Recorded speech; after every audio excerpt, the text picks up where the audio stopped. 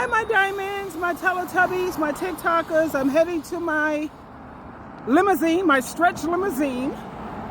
And as I'm walking, I'm thinking about how you have a lot of black people, especially these black men, who get angry at Caucasian people, Asian people, Italian, Jewish people, because these people, they decide to, look out for their nation, their own race and their own nation, and they stick together as a people. We can't get angry at these people for doing that, looking out for their own. Now, and I know it's not about race, it's about the whole human race. At the same time, we live in the real world. My question is, what do you see the black community doing for their community? And I'm talking about the men. I hold the men 100% responsible for the reason why black people can't seem to get their act straight. And the reason why I blame them is because they're supposed to be the leaders.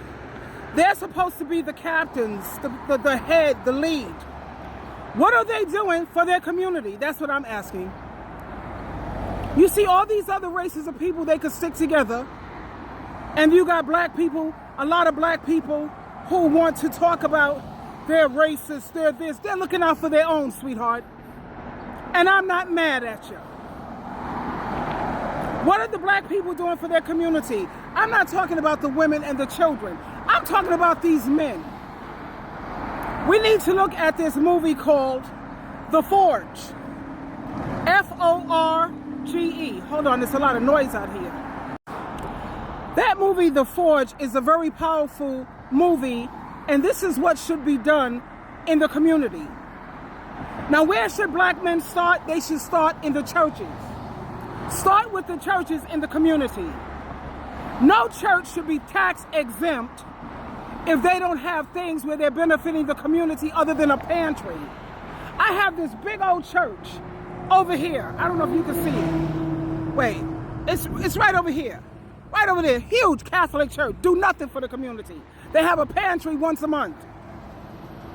They don't have no AA, no Al-Anon, no moderation management, no NA, no movie time, like family movies, potluck.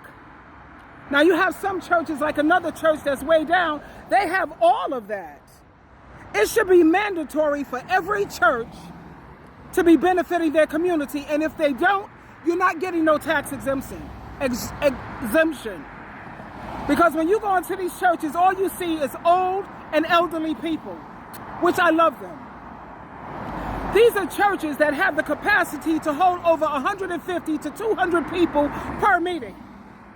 And yet you go inside these churches and you may say, what? You see 10 people, 12 people? And they're all elderly, old. What about the youth out here? You have a lot of the young people who are out here struggling with drugs. They need AA and alcohol. People who are abusing their medication. That's where you start, black man. Start with these churches. Well, look. Now, I know it's hard. You can't save the world because it's huge. It's too much. But what about your community? That little bitty part of your community. Go inside these churches. Get a couple of black men to go with you, some black men, 3 or 4 black men. And let's talk about what are these, and don't forget to have the children at their meetings. They're spiritual, get their spiritual. Try to encourage them to be non-denominational, because we don't want all that religious nonsense, because that's nothing more than modern day Pharisees, hating this and hating that. No, we want to focus on non-denominational churches where we can have places to fellowship with good, decent, with good, decent people who are interested in living right and doing right and trying to live a righteous lifestyle. How hard is this for you to get this started? Do women have to do this too? We have to start with the church. I already said this and I don't like repeating myself, but sometimes people are slow.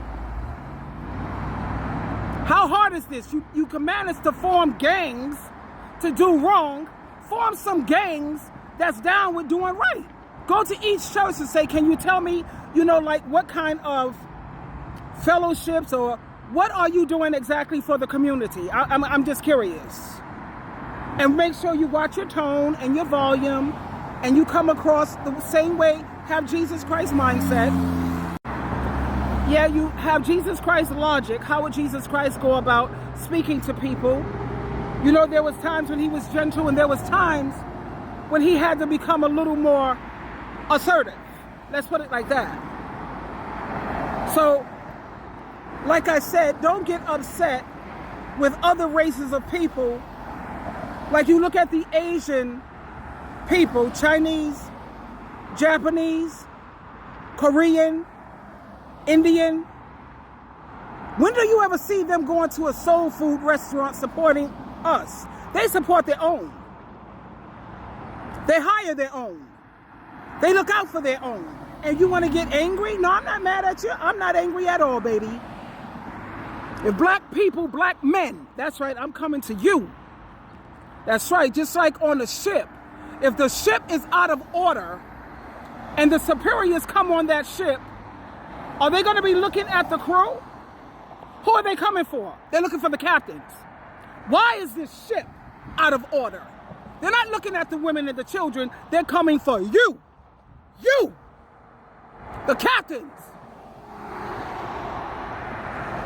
So like I said, if you don't know where to start, get that movie called The Forge. It's got Priscilla Shirer. It's an excellent movie to help you to know how to get things rolling, how to get the ball rolling in your community. And I know you have a lot on your plate as a black man. I get it. But God gave you strong women. And stop sitting around here taking care of everybody else's race and everybody else's nation of women and take care of your own. We're smart as hell, baby. We're strong, too. I almost get emotional again, and I'm not really an emotional person. I'm logical. But at the same time, let's stop getting upset with people for looking out for their own and start following their example. Nobody said it's easy, but it can be done. Stop forming these gangs, the Bloods, the Crips, and all this. Woo, child. Anyway, my limousine is getting ready to head over.